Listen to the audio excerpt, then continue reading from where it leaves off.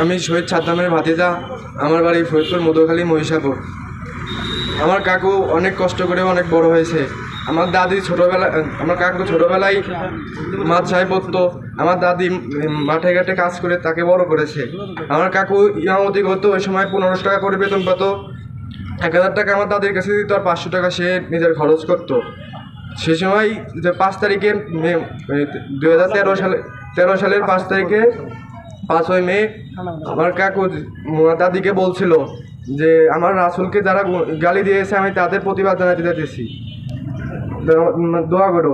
তার আগের দিন আমার আম্মুকে ফোন দিয়ে, আমরা সময় ঢাকায় থাকতাম, আমার আম্মুকে ফোন দিয়ে আমার আম্মুর কাছে বলছিল যে আমার ভাতিজাকে দেখে রাখেন, আমার ভাইকে দেখে রাখেন, আমার জন্য দোয়া করে।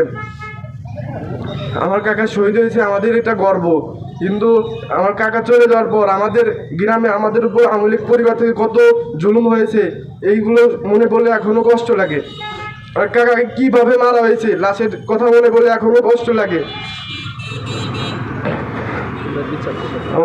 আমার কাকুর হিসেবে আমি দাবি চাই, আমার কাকুর হত্যা হিসেবে আমি দাবি চাই, শেখ হাসিনার ফাঁসির দাবি চাই, ফাঁসির দাবি চাই।